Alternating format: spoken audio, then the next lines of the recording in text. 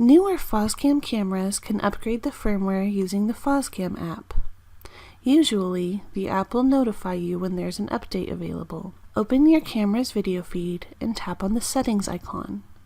Under Camera Info, you can see the current firmware of the camera. Go to Firmware Upgrade and you'll see if there is a newer firmware available. If there is, tap on the Upgrade button. Wait about 2 minutes for the camera to upgrade the firmware by itself. During this time, do not exit the app or go to another page. After it's upgraded successfully, you can go back to Camera Info to check that the current firmware version is the latest version.